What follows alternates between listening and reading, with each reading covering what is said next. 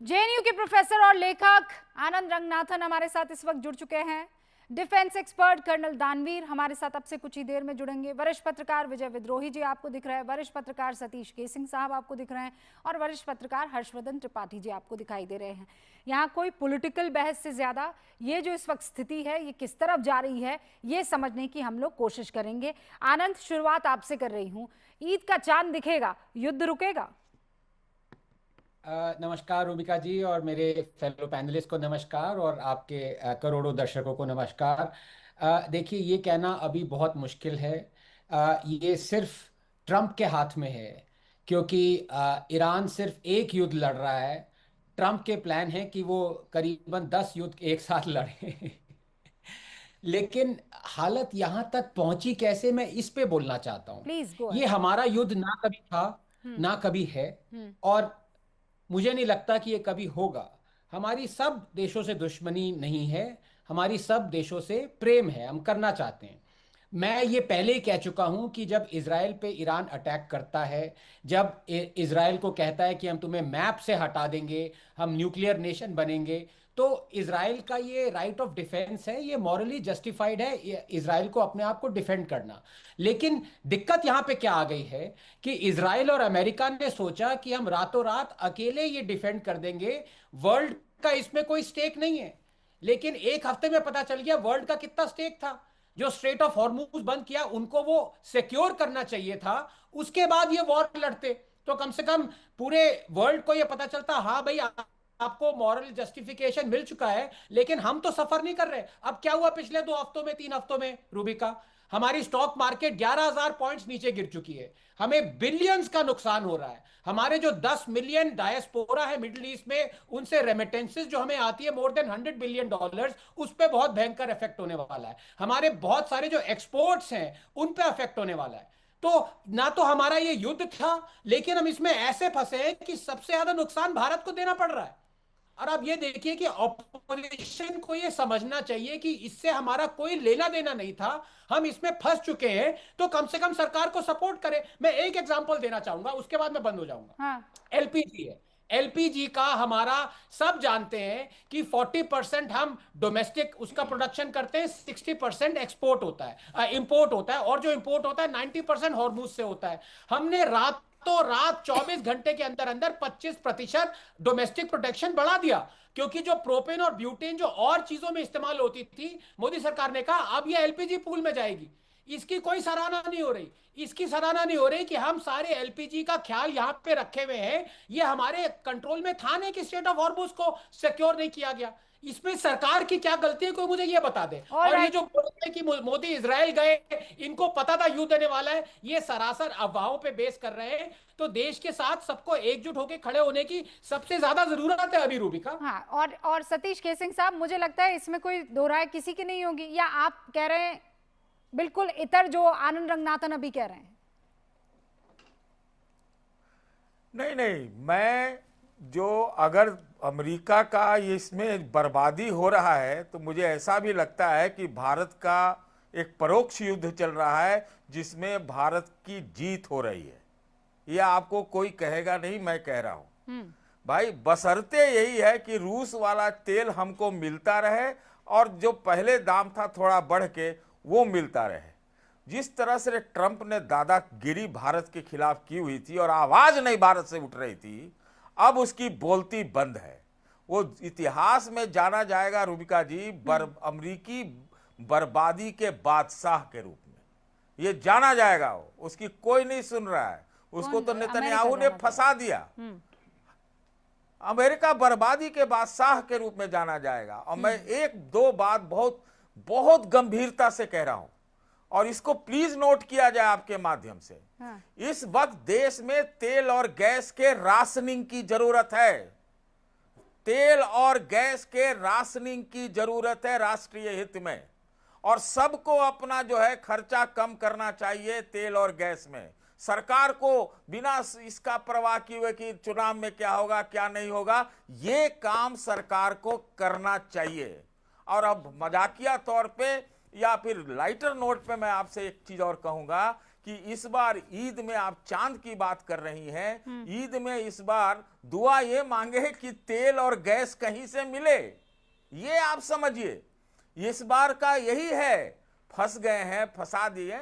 जो अब इसमें जब आप क्रिटिसिज्म करते हो तो क्रिटिकल इवैल्यूएशन होता है।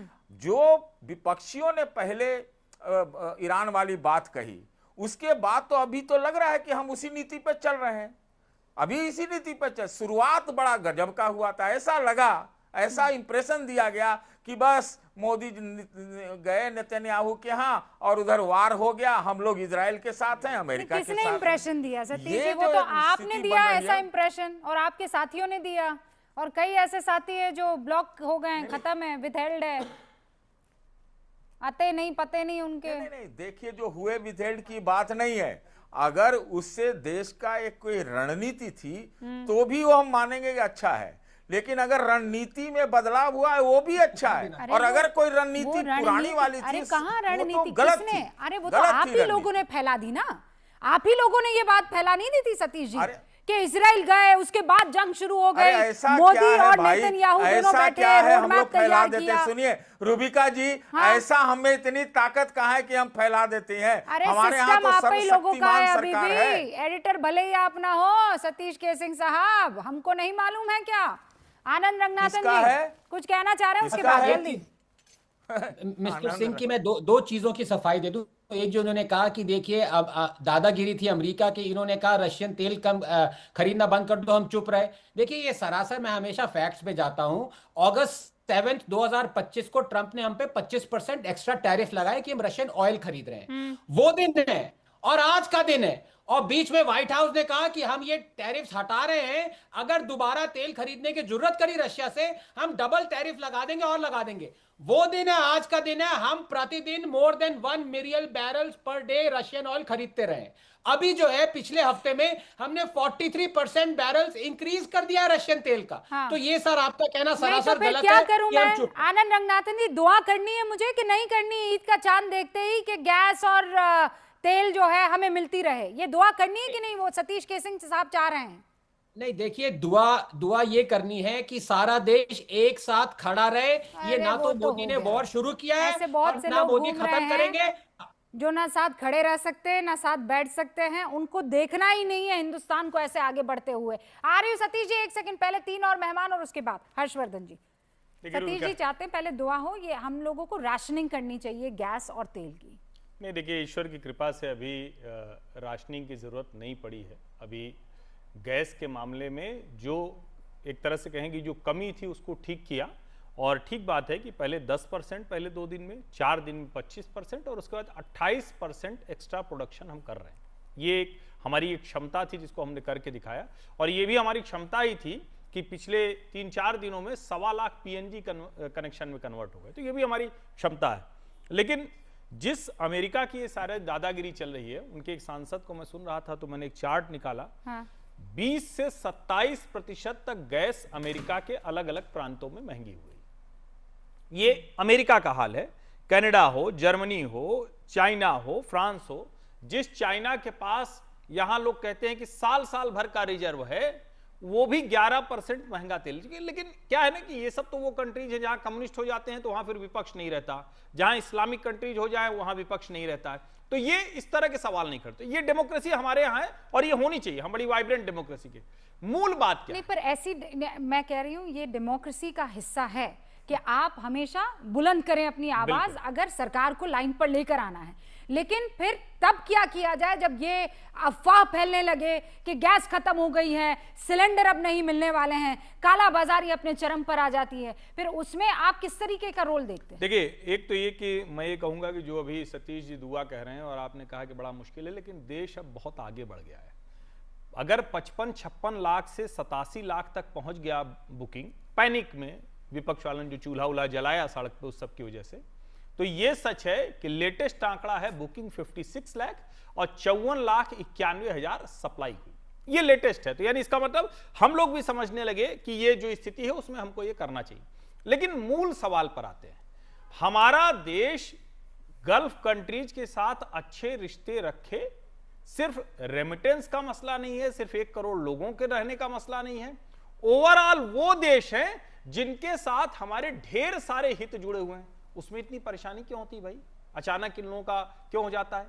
ईरान के साथ अगर हम रिश्ते अच्छे रखते हैं, और खामेनेई की जो भी वजह है, खामेनेई को निजी तौर पर मैं बार बार क्रिटिसाइज करता हूं कि महसा अमीनी मुझे याद आ जाती, तो मैं तो समर्थन में नहीं खड़ा हो सकता हूं, लेकिन ईरान खड़ा है, ईरान को सोवरेनिटी को उसका अपना अधिकार है, जो कुछ युद्ध हो रहा है। अब सवाल यह है कि इसके बीच में क्या करें। तो हमारी सरकार की जो पॉलिसी है हम वो कर रहे हैं, उसमें देश के तौर पर खड़े आपको होना सरकार ही की पड़ेगा। पॉलिसी ठीक लग रही है? 100%। अगर ये सरकार Alright. नहीं होती, अगर हाँ. ये सरकार नहीं होती, मैं इसको बता रहा हूं, हाँ. अगर ये सरकार नहीं होती तो जो 10-12 करोड़ सिलेंडर में कतार लगवाते थे जिन सरकारों के दौरान, आज क्या हाल होता जब 34 करोड़ एलपीजी सिलेंडर है और 1 करोड़ से ऊपर पीएनजी कनेक्शन। विजय विद्रोही जी, मैं आ रही हूं। आनंद आनंद एक सेकंड रुकिए। विजय विद्रोही, सरकार की अभी इस वक्त जो नीति पॉलिसी है आपको ठीक लग रही है कि नहीं, खासकर इस संकट में, वैश्विक संकट में? देखिए, किसी भी सरकार की जो विदेश नीति होती है वो इस पर डिपेंड करती है कि उसके आर्थिक हित सुरक्षित रहें, सामरिक हित सुरक्षित रहें, कूटनीतिक हित सुरक्षित रहें। अब इस बात की विवेचना इस आधार पर की जाएगी कि ये जो खाड़ी युद्ध में भारत का जो स्टैंड रहा, उससे भारत का हित कितना हुआ। अगर भारत ईरान के साथ रहता, चीन और रूस के साथ मिलकर आयतुल्लाह खमेनेई की मौत पर अफसोस तो जताता, तो क्या ज़्यादा हित हो सकता था। हरमुज़ की खाड़ी से गैस और टैंकर, दूसरे जो तेल के टैंकर हैं, क्या भारत को आसानी से सुलभ हो सकते थे। तो मुझे लगता है इस बात की समीक्षा इस रूप में होनी चाहिए। अगर ऐसा होता तो वैसा होता। अब सारी दुनिया जानती है, तथ्य अभी बता रहे थे आनंद जी, तो तथ्य तो ये भी है भाई साहब कि पिछले साल तक भारत 2 मिलियन बैरल प्रतिदिन तेल रूस से आयात कर रहा था, जो फरवरी में घटकर 0.8 मिलियन बैरल प्रतिदिन हो गया था, और अप्रैल में कोई बुकिंग भी उस समय नहीं ली गई थी। ये भी तो हकीकत है। जो रूस भारत को $12 प्रति बैरल का रियायत दे रहा था, हाँ। अब हमें अंतर्राष्ट्रीय कीमत पर रूस से तेल खरीदना पड़ रहा है। ये भी तो हकीकत है। तो भारत को इजराइल अमेरिका के साथ जाने का तात्कालिक लाभ और दीर्घकालिक लाभ क्या है, बता दीजिए। तात्कालिक लाभ कोई सज्जन बता दीजिए कि तात्कालिक लाभ क्या मिला। हाँ। तो हम बहस को आगे बढ़ाएंगे। अच्छा, अब आगे बढ़ाएं उससे पहले बस मुझे ये बता दीजिए, कौन सा ऐसा मुल्क है जिसके जहाज स्ट्रेट ऑफ हॉर्मुज से निकल गए हैं? आप कह रहे हैं आसानी से निकल जाता, तो अभी कौन सा हमें जाना पड़ा है हॉर्मुज में और वहां जाके गरबा करना पड़ा है और तब जाकर निकले हैं हॉर्मुज, स्ट्रेट ऑफ हॉर्मुज से जहाज? चीन के जहाज निकल रहे हैं, ये तो ये ईरान के विदेश मंत्री कह चुके हैं। बांग्लादेश का जहाज निकल रहा है, उनका जो झंडा लगा होता है। पाकिस्तान कराची भी उनके जहाज पहुंच रहे हैं। ये फैक्ट नहीं है सर। पाकिस्तान से कह रहा है कि आपको हम सस्ते में तेल नहीं है। मैं इनफैक्ट मैं आपको एक मिनट रुबिका जी, मैं बड़ा आश्चर्य में पड़ जाता हूं जब फैक्ट कैसे नहीं है ये। रुकिए ना, मैं बता रहा हूं बांग्लादेश तो भारत से मांग रहा है डीजल भाई। कम से कम फैक्ट के तौर पर तो हम लोग दुरुस्त रहे। हाँ, लेकिन उसका जहाज जा रहा है कि जब मैं आपकी बात पर यकीन करूं या ईरान के विदेश मंत्री की बात पर यकीन करना चाहिए, जो स्पेशली नाम लेकर कहा है उन्होंने। नहीं, मैं आपकी बात पर क्यों यकीन करूंगा? मैं तो जो फैक्ट सामने है, जो खबरें हैं, उस पर यकीन करूंगा ना। तो मैं भी आपकी बात पर क्यों यकीन करूंगा? नहीं सर, बिल्कुल मत कीजिए, लेकिन फैक्ट पर यकीन करना पड़ेगा। देखिए मेरे पास एक और फैक्ट मैं फैक्ट बता देती हूं। विदेश मंत्री की बात नहीं सुनिए, नहीं रुकिए विजय, मैं आपको फैक्ट बताती हूँ। 3 मार्च को 3 जहाज निकले, 4 मार्च को 6 जहाज निकले, 5 को 5 निकले, 6 को 5 जहाज निकले, 7 को 4 जहाज निकले, 8 मार्च को 3 जहाज निकले, 9 मार्च को 2 जहाज निकले, 10 मार्च को 8 जहाज निकले, 11 को 2, 12 को 1, 13 को 1 और 14 मार्च को 2 जहाज निकले। तो कितने मुल्कों के निकल गए होंगे? और इसी में हमारे भी 3 जहाज निकले हैं। कुल 90 जहाज निकले हैं। आप अपने फैक्ट चेक कर लीजिए, केपलर में चले जाइए, उसमें मैरीटाइम, इंटरनेशनल मैरीटाइम का सारा जो जहाज पहले से स्ट्रेट ऑफ हॉर्मुज क्रॉस कर चुके थे, जहाज निकले हैं। एक मार्च से लेकर 15 मार्च के बीच में 89 जहाज निकले हैं। और ईरान ने अपना करीब 14 मिलियन बैरल तेल बेचा है इस दौरान। ओके हाँ, आनंद रंगनाथन और उसके बाद हर्षवर्धन। हाँ, देखिए, मैं विद्रोही जी का एंगर समझ सकता हूं, लेकिन गिड़गिड़ा के अपने देश के लोगों की अब कुछ तबके का अपीजमेंट करने के लिए हम ईरान से झूठ मूठ की दोस्ती जो चाइना कर रहा है वैसे करें? क्यों करें भाई? ईरान ने हमारी कब मदद करी है? 1971 वॉर में जब हमें आर्मामेंट चाहिए थे, ईरान हम पाकिस्तान के साथ खड़ा था। इजराइल ने हमारी मदद करी। कारगिल वॉर में यूनाइटेड स्टेट्स ने सैंक्शंस लगा रखी थी। कश्मीर के मुद्दे पर देखिए, मैंने ईरान आपको हमेशा इंटरप्ट भारत किया के साथ विद्रोही। रहा है। नहीं है, ये झूठ है विजय विद्रोही, ये गलत बात है। हमें गलत बात पता है। है खामनेई के कश्मीर के ट्वीट्स मुद्दे एक पर के बाद- ईरान भारत के साथ रहा है। भारत कैसे? भारत को सुप्रीम लीडर के 6 परे महीने कैसे का चला क्रेडिट जाएगा देता ईरान? रहा है। मुझे ये तेल के बताइए। मामले में, तेल के मामले में क्रेडिट देता एक रहा मिनट है। विद्रोही जी, ये नहीं, नहीं, आपका कश्मीर के बड़प्पन नहीं मामले है कि की आप पहले मुझे कश्मीर के मामले को हम लोग सॉर्ट आउट करेंगे। कर्नल दानवीर यहाँ पर है। कर्नल दानवीर, कश्मीर पर ईरान और सुप्रीम लीडर साथ रहे हैं? बिल्कुल नहीं है। हिंदुस्तान पिछले प्रोग्राम में आपने तो उनका ट्वीट भी पढ़ा था। तो बहरहाल खमेनाई साहब ने कभी भी भारत का साथ नहीं दिया कश्मीर के मुद्दे पर, और उन्होंने हिंदू डोमिनेंस की बात करी मुस्लिम कश्मीर को लेकर, और उन्होंने ये कहा था कि अगर सारे अरब ममालिक एक साथ हो जाएं तो हिंदू इंडिया मुस्लिम कश्मीर को अपने डोमिनेंस में नहीं रख सकता। तो ये उनका I'll read it out. Sentiment था। The enemies of Yeah. Islam have always tried to make us indifferent with regard to our shared identity in an Islamic ummah. We cannot consider ourselves to be Muslims if we are oblivious to the suffering that a Muslim is enduring in Myanmar, Gaza, India or any other place. विद्रोही जी को ये अच्छा लगा दूसरा था, tweet विद्रोही है। जी को पसंद आया था ये। बिल्कुल बिल्कुल सही। तो ये, और आपने जिस मेरा नाम तरीके- लिया तो मैं और बता दूं कि इसमें- जब इसमें ईरान एक के चीज और मैं राष्ट्रपति की मैडम ये मौत हुई बोलूंगा थी कि तो भारत ने उपराष्ट्रपति को क्यों भेजा था?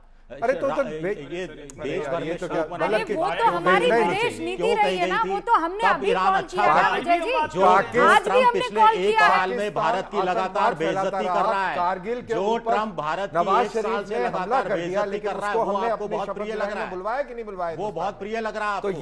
ये लॉजिक नहीं है कि वहां पर क्यों गए।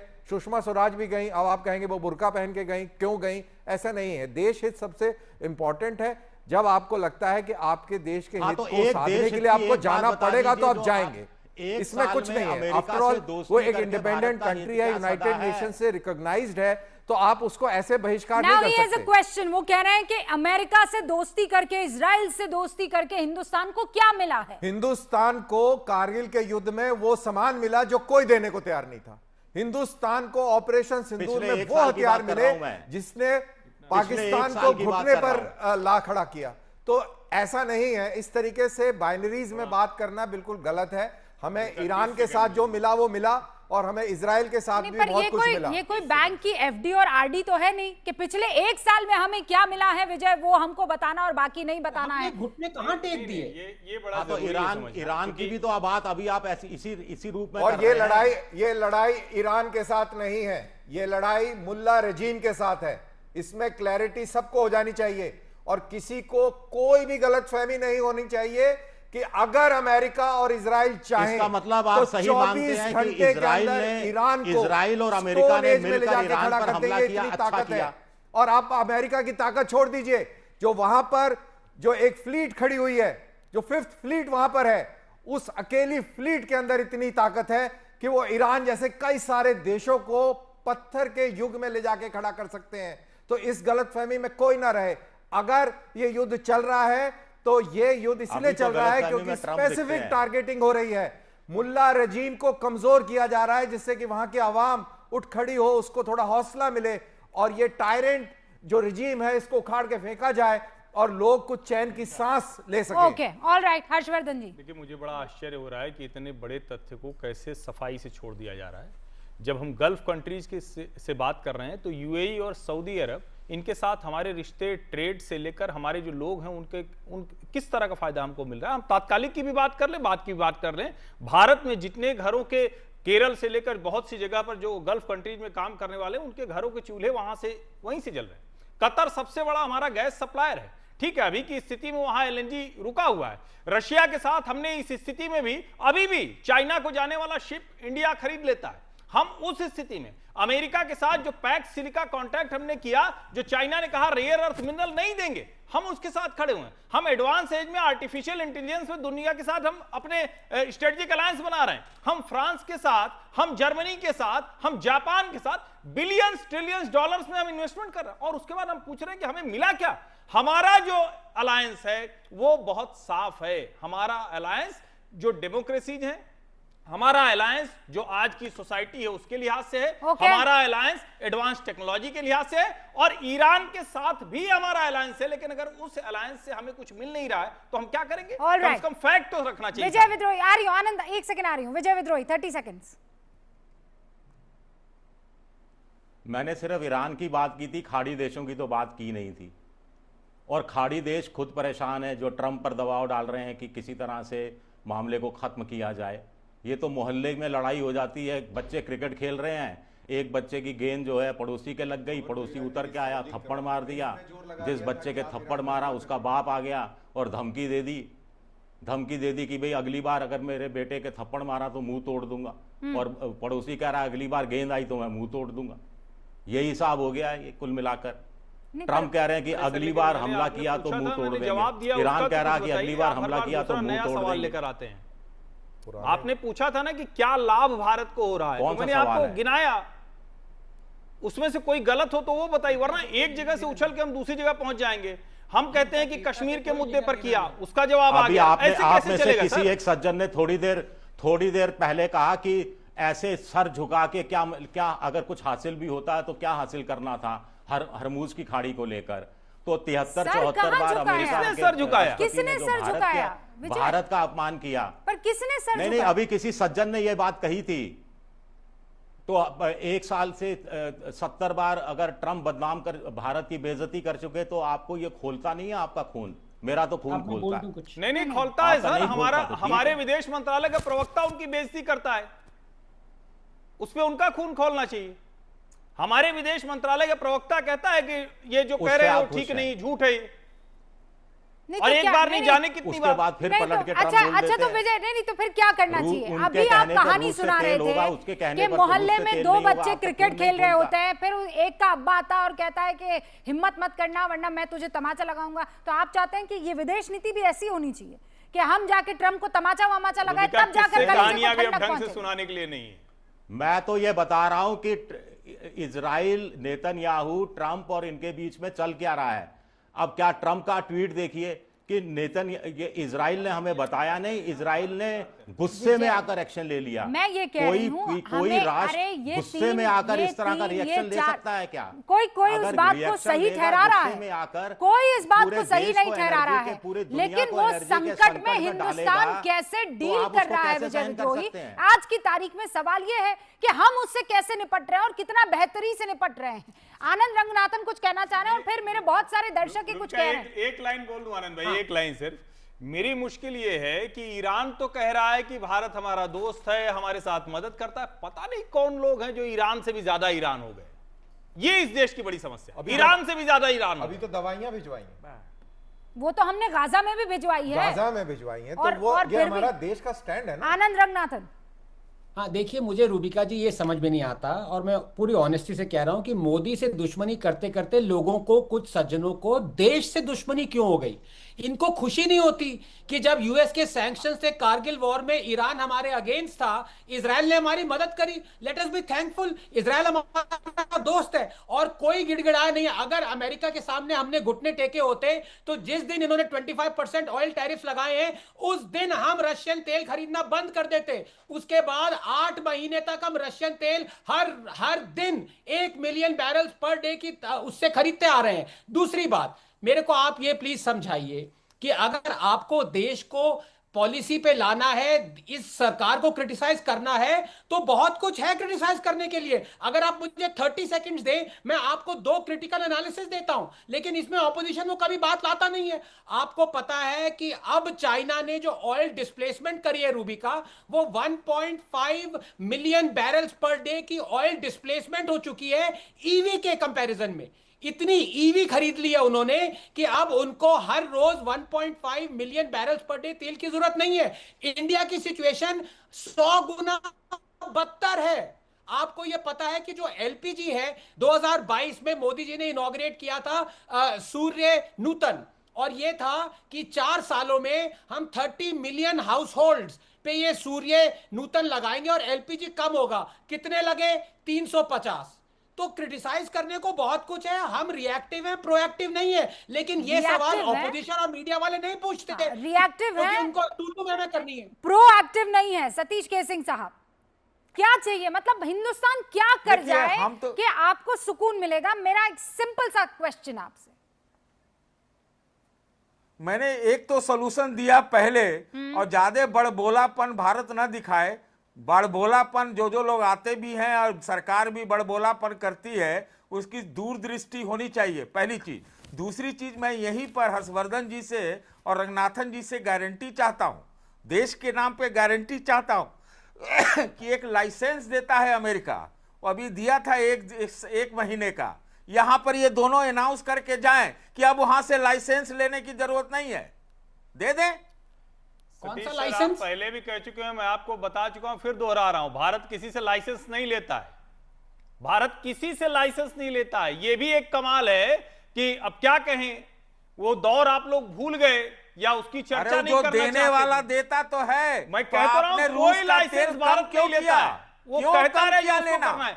आनंद बहुत अच्छे से समझा चुके हैं कि हमने एक दिन के लिए भी तेल खरीद नहीं रोका। समझाएंगे वो? आप लोग वो डेटा पता नहीं क्यों पढ़ के नहीं आते, सुनने को तैयार नहीं है। अभी पता चलेगा। ऐसा लग रहा है जो हमें डेटा ही नहीं मालूम है। हाँ, अच्छा मालूम है आपको, तो क्या चीज आपको ईरान तो लगता है आपसे डर के दे दिया है तेल। लेट्स बी वेरी डायरेक्ट, क्या चुभ रही है? डर से पैदा दे रहा है आपको भारत की विदेश नीति की कौन सी बात चुभ रही है, ये बताइए। हाँ, बता दीजिए, बताइए। अगर आप हमसे पूछें, हमसे पूछें, अरे आप मैं ही तो से ये पूछ कहता रहे हैं। हूं कि जो विदेश की नीति है, दिन भर वही तेल के दाम जैसा रोज बदलते रहता है, ये दिक्कत है। कौन सी नीति बदली? नहीं, पॉइंटेड मुझे बताइए कि विदेश नीति की कौन सी बात आपको चुभ गई है हिंदुस्तानी होने के नाते? एक बात। देखिए, मुझे इस बात की इसलिए कि देखिए, ना हमारा इजराइल बढ़िया दोस्त है, ना ईरान बढ़िया दोस्त है। कोई बात नहीं है, सब बस को बोलना मालूम था। है, दोस्त सिर्फ अपने मुल्क का होता है। इसलिए बड़बोलापन या कोई क्या ऐसा बड़बोलापन? इंप्रेशन ना जाए क्या कि बोला? उसके तरफ है, नहीं उसके नहीं, तरफ है। लेट्स बी वेरी ऐसा स्ट्रेट। नहीं मैं होना फिर चाहिए, आपसे देश कह का रही हित नहीं हूँ, होता। तमाम दर्शक अभी आपको सुन रहे हैं, कौन सी बात आपको चुभ एक गई बात। विदेश नीति की, मोदी की, जो आपको कह रही है हम इस वक्त तबाह और बर्बाद हैं? एक बात। बिंदु बताइए बस। हम बताते हैं। हाँ। आपको 6-7 दिन नहीं लगाने चाहिए थे कंडोलेंस रजिस्टर में साइन उससे करने क्या में। हुआ? दूसरा कि आपको तात्कालिक रूप नहीं, से नहीं, पहले सुनिए, पर रुकिए ईरानी अभी। लोगो से बात करनी पहले पर चाहिए रुकिए थी। आप। वो विलंब हुआ, देर आए, ठीक आए हैं। रुकिए, पहले पर इससे दिक्कत क्या हुई? 5 दिन बाद हमने कंडोलेंस मैसेज भेजा, इससे दिक्कत क्या हुई? रूबिका, वही है ना, आपने इनको नहीं कॉर्नर भी कर भेजते दिया, तो काम कोई चल जाता। फैक्ट्स नहीं है इनके नहीं, पास, तो मैं मत बोलना। आपसे ये अरे जानना अरे चाह रही हूँ, छोड़िए, दिक्कत क्या अरे हुई? मैं कॉर्नर होता ही नहीं वो। हाँ, जो कॉर्नर नहीं कॉर्नर होते है हैं। उन लोगों को उनसे नहीं, आप पूछिए, कोई कॉर्नर नहीं जो होते हैं। कॉर्नर्ड हैं उन लोगों से पूछिए। सुनिए, मैं सारे रिंग- गारंटी मैं दिलवा के आपको जाइए कॉर्नर यहाँ नहीं पर करूंगी सर, मैं रिंग के बीचों बीच रखूंगी, नहीं करूंगी मैं corner. You will be in the centre of the ring sir. तो कुछ और और कहते गड़बड़ थे। है। हाँ, अभी ये वहां कह- से नॉकआउट होगा। सबको रुक जाइए मार के अभी। निकल जाऊंगा। नहीं, वहीं से नॉकआउट अच्छा, होगा, रुकिए अभी। सतीश जी, आप तो कह रहे हैं कि बड़बोलापन, और दूसरी तरफ कह रहे हैं कि वो कुछ बोल ही नहीं रहे। हाँ। दोनों कैसे हो सकता है सर? आप लोग तो यही कह रहे हैं कि वो बोलते नहीं, जवाब नहीं देते, और डिप्लोमेसी में तो जवाब ऐसे नहीं दिया जाता। अरे और अभी आप कह रहे हैं कि बड़बोलापन मत कीजिए। दोनों नहीं कैसे नहीं, बोल रहे हैं? आप ही जो चार्ज सुनिए, हर्षवर्धन जी जब तक कंडोलेंस रजिस्टर पे साइन नहीं हुआ था, आप ही की क्या, बोली कौन सी निकाल बात के निकाली? यहाँ एक एक फैक्ट चेक सेकंड कर दें, रुकिए। और अब जो आप बोल रहे हैं बहुत आसमान जमीन का सर, अंतर हो जाएगा। आपने सुना ही नहीं। मैं फिर कह रहा हूं, 28 तारीख को इजरायली विदेश मंत्री के बाद दूसरी बातचीत डॉक्टर एस जयशंकर ने ईरान के विदेश मंत्री सैयद अब्बास अरागची से नहीं की, सर, और मैं खामेनेई का समर्थक कतई नहीं हो सकता। आप होते रहिए। जिस आदमी ने मैं हजारों भी ईरानियों नहीं को हूं। मरवा तो दिया, ये मैं नहीं appeasement पे समझता। लगे। लेकिन मेरा मानना है कि जिनकी आस्था है, जिनकी श्रद्धा है, वो करें। वो राष्ट्राध्यक्ष के तौर पर, और विदेश नीति हमारा देश तय करेगा। इस तरह से कभी नहीं विदेश नीति तय और होती। मैं फिर कह रही हूं कि आप कोई पसंद करें कोई ना पसंद करें, विदेश नीति उस पर निर्भर नहीं करती है, विदेश नीति देश के हित पर निर्भर करती है। मैं फिर आपसे ये सवाल पूछ रही हूं, विजय आपके पास जवाब है तो आप दे दीजिए, सतीश केसिंग आप दे दीजिए। ये 4 दिन लेट या 5 दिन लेट कंडोलेंस देने से क्या नुकसान भारत को हो गया, आप मुझे ये बता दीजिए। देखिए, कुल मिलाकर हम बताते हैं ना भाई, अब तक वो 2728 जहाज चला था, 2728 जहाज चला था, भारत का तो कम से कम आ ही जाता, लेकिन उसमें विलंब हो गया। 3-4 आगे कब आएंगे, जब स्ट्रेट ऑफ हॉर्मुज खुला ही नहीं है ठीक से, तो कैसे आ जाएगा सर, कैसे आ जाएगा? सबके जहाज फंसे हुए हैं, हिंदुस्तान का जहाज को पंख लग जाएंगे फिर हमारे विदेश मंत्री को कोई बात करने अगर हम कंडोलेंस जाहिर कर देंगे तो क्या बात कर रहे हैं आप? अरे तो भाई हमारे विदेश मंत्री को क्या जरूरत है? ईरान ने कहा है अलावा इजराइल और अमेरिका के जहाज के वो और किसी का जहाज नहीं रोकेगा। उसने कहा कि भारत का जहाज नहीं रोकूंगा और भारत का जहाज रोकूंगा क्योंकि 4 दिन लेट से उन्होंने सांत्वना पहुंचाई है हमको, कहा ऐसा ईरान ने?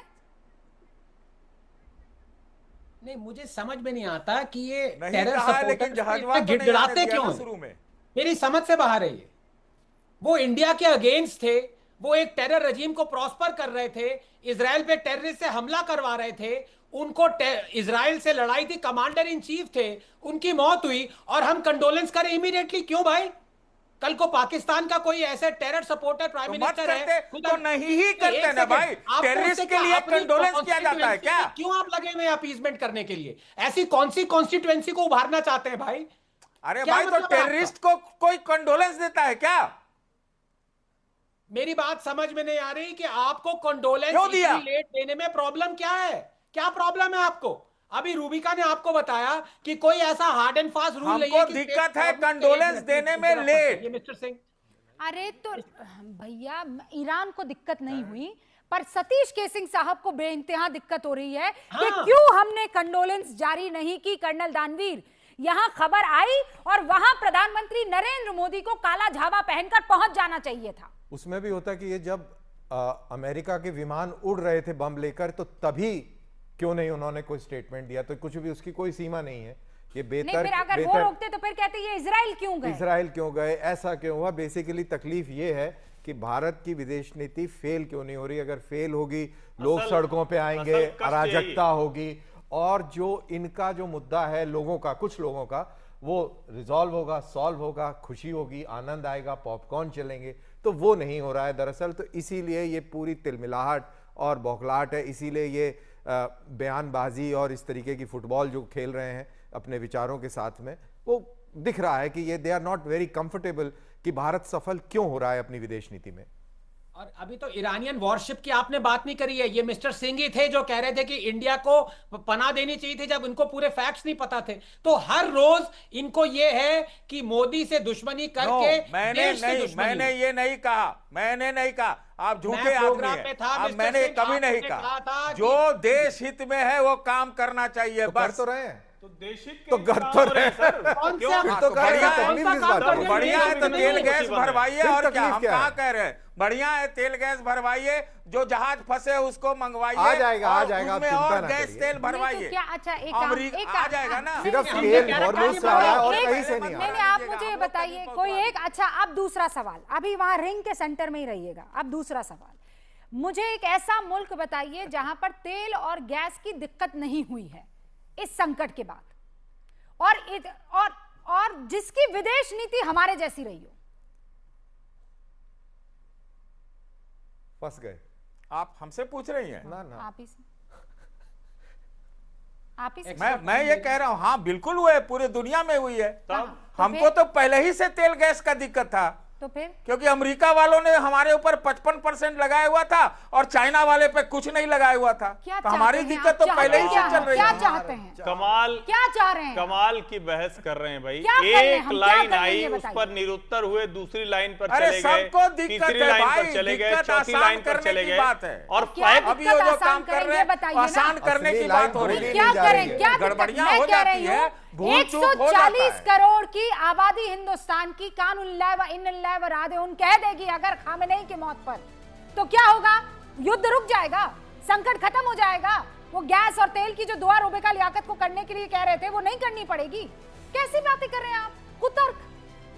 तमाम दर्शक भी पूछ रहे हैं। वो एक है अशोक आमेटा, उदयपुर हिंदुस्तान जिंक से हैं। अच्छा कह रहे हैं मम्मा पापा के साथ काम किया आपके, सबसे पहले तो ईद मुबारक। ये सतीश सिंह जी को रोकिए, ये इतना कुतर्क कर रहे हैं, क्लास ले लीजिए इनसे कुतर्क की। सतीश जी आपके लिए था। बहुत बहुत शुक्रिया, बहुत बहुत शुक्रिया सर। आप देखते रहिए न्यूज़ 18।